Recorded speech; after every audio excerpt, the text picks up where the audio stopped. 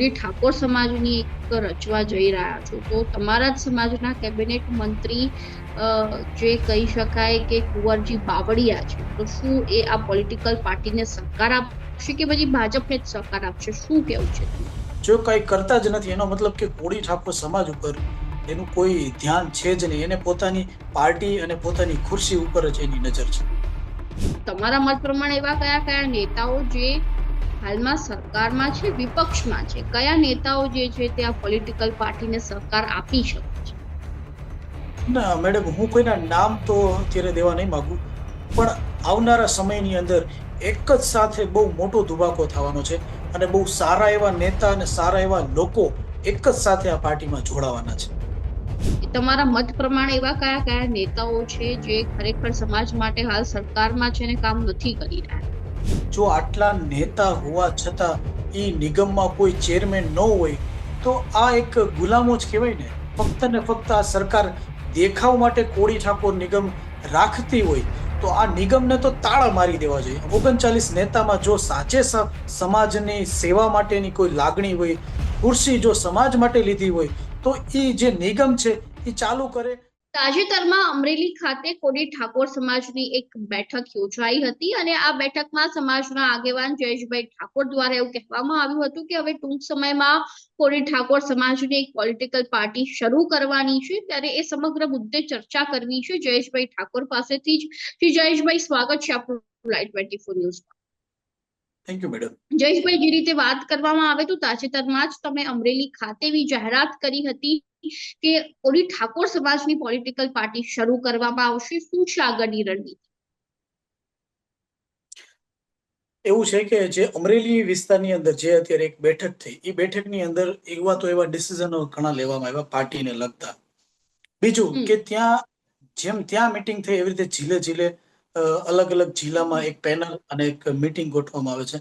એ panel through અમે એવું decision લેશું કે ભાઈ પોલિટિકલ પાર્ટી જે સમાજની કરશું એ હરેક સમાજને કામ આવે. જે પણ ગરીબ સમાજ છે, ઓબીસી જી સમાજમાં જે પણ આવતા હોય એ હરેક લોકોને કામ આવે અને એ એવું નામ ડિસાઈડ કરશું કે જે સમસ્ત બધાને લાગે. બીજું કે એ પાર્ટીની અંદર ખાસ તો અત્યારે અમારી રજૂઆત એવી હતી કે ભાઈ એ પાર્ટીમાંથી કઈ કઈ જગ્યાએ લડાવવા, ક્યાં એની પેનલ બનશે, શું એનું નામ રાખશું, શું એની પ્રોસેસ હશે, એ બધી એ ડિસિઝનો ત્યાં લેવામાં આવે. જી. અને જયેશભાઈ, મુખ્ય વિચારધારા શું હશે પોલિટિકલ પાર્ટીની? કારણ કે પાર્ટીની વિચારધારા વગર તો ક્યાંક પાર્ટીનો જે વિચારધારા હશે તો એ સહેલાઈથી વોટ બેંક એની રહેતી હોય છે વિચારધારાને લઈને. તો શું વિચારધારા રહેશે? મેન તો એનો લક્ષ્ય એવો જ છે કે જ્યાં જે નેતા લોકોના કામ ન કરતા હોય, જ્યાં પોલિટિકલ પાર્ટી નીચે દબાયેલા હોય, કે જે એના વિરુદ્ધમાં કઈ કામ ન કરી શકતા હોય, તો ત્યાં અમારી પાર્ટીનો કોઈ નેતા અમે ઉભો કરીશું. આ અમારો મુખ્ય ઉદ્દેશ છે. જી. જયેશભાઈ, તમે બેઠક દરમિયાન એક એવું નિવેદન આપ્યું હતું કે 39 નેતાઓ, સમાજના 39 નેતાઓ છે, છતાંય તેઓ સમાજની સામે જોતા નથી, ત્યારે શાંતિથી ખુરશી ઉપર બેઠા છે. તમારા મત પ્રમાણે એવા કયા કયા નેતાઓ છે જે ખરેખર સમાજ માટે હાલ સરકારમાં છે ને કામ નથી કરી રહ્યા? હવે આમ જોઈએ તો હરેક નેતાઓની જવાબદારી છે, કારણ કે કોળી સમાજે એ નેતાઓને જીતાડ્યા છે ત્યારે એ ખુરશી ઉપર પહોંચ્યા છે. તો જે કોળી ઠાકોર સમાજની જે નિગમ છે, કોળી ઠાકોર નિગમ, જે વિદ્યાર્થીઓને કામ આવે, જે મજૂર વર્ગોને કામ આવે, જે નાના ધંધાર્થીઓ, જે સમાજના જે નાના ધંધાર્થીઓ છે એને લોન મળવી જોઈએ, જે વસ્તુ જેની ઉપર કોઈ એવું કે લાવારીસ નિગમ, એવી રીતે કોળી ઠાકોર નિગમમાં કોઈ ચેરમેન જ નથી. જો આટલા નેતા હોવા છતાં એ નિગમમાં કોઈ ચેરમેન ન હોય તો આ એક ગુલામો જ કહેવાય ને. કારણ કે જે વિદ્યાર્થીઓને લોન લેવી છે તો એ લોન માટે કોળી ઠાકોર નિગમમાં અપ્લાય કરે તો પોતાની પ્રોપર્ટી એમાં ગીરવે રાખવાની, એક આવો નિયમ. બીજું કે એના બે સાક્ષી મૂકવાના, એ સાક્ષીને પોતાની પ્રોપર્ટી ગીરવે રાખવાની. હવે એવા તો કોણ સાક્ષી મળે કે જે બીજા માટે પોતાની પ્રોપર્ટી ગીરવે મૂકે?